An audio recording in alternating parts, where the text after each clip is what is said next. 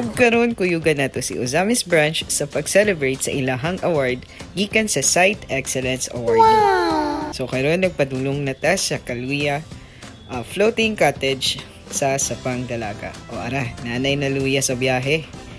Biyahe pa na ha.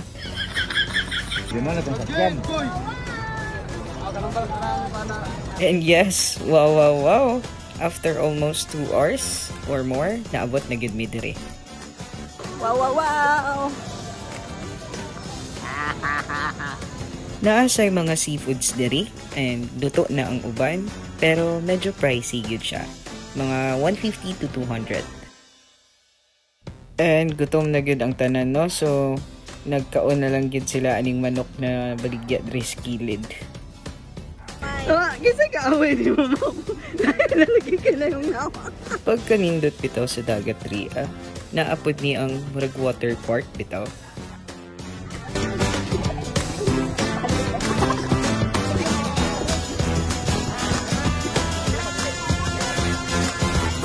Ug manakay na ta sa service no, kay ihatod na ta sa floating cottage.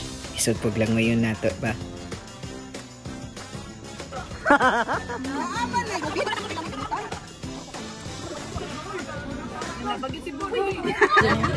Ayay, pareha na sa ka-George kanina. Kung maglangay-langay lagi ka, mabilin gyud ka sa biyahe ba? Awa ni si Arnel oh. Paapason na lang ka na tunig nang way.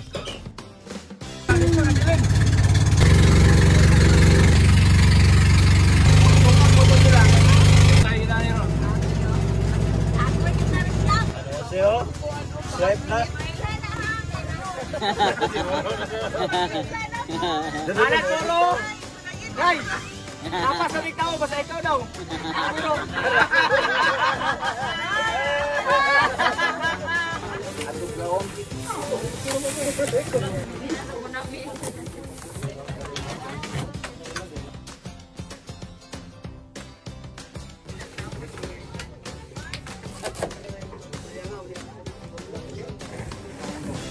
Tanawang water guys, diba? It's so clear.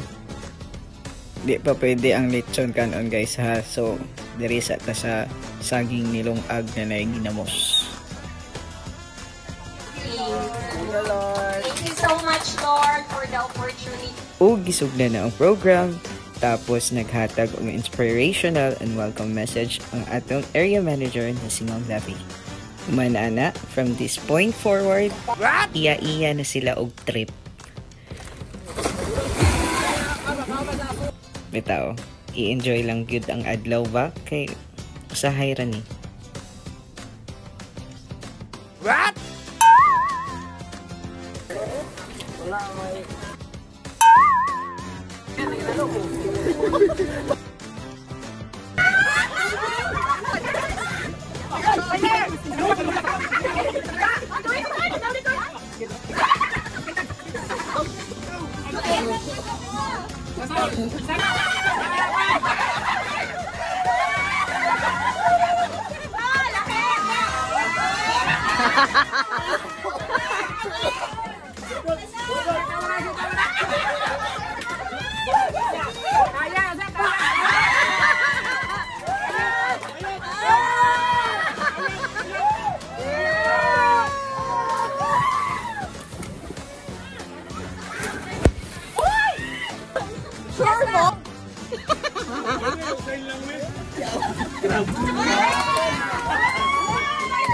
Ayo mo, yung pangatak. Tabangan! Gutom na kayo ng Instagram.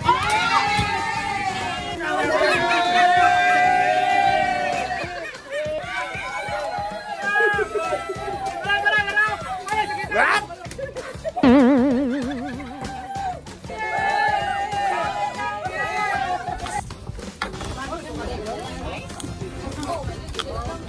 Badap.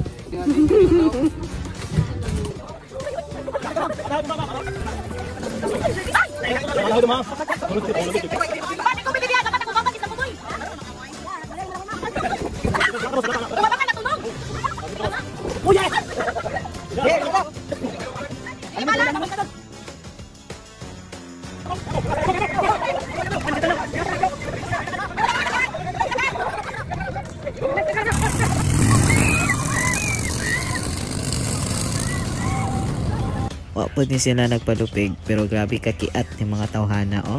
Oh, oh.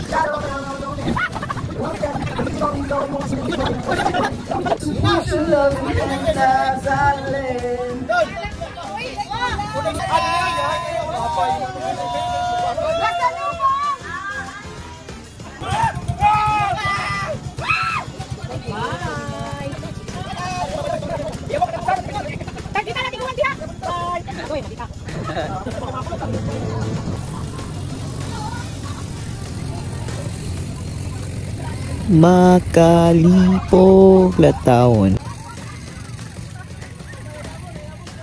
Oh, latawaw. Para kaabot layo ha, kayabo na.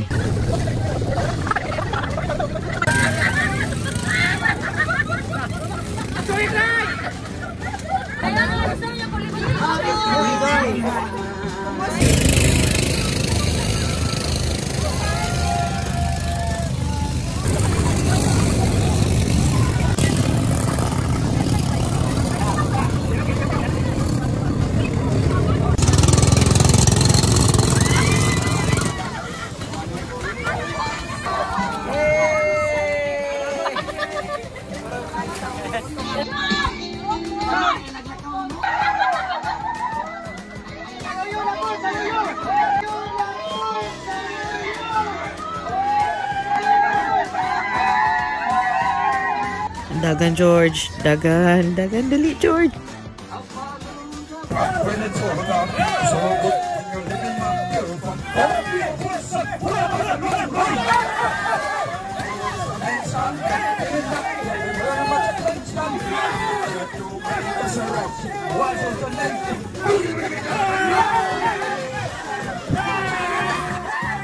And I'm sure na na-enjoy sa tanan ang Kaluya Floating Cottage. Pero di sad ta malakaw og dili na itong mahapit ning Christ the Redeemer and managkot pud sa ilahang shrine. And mo lang to, congratulations again sa achievement Ozamis branch. Keep it up, guys!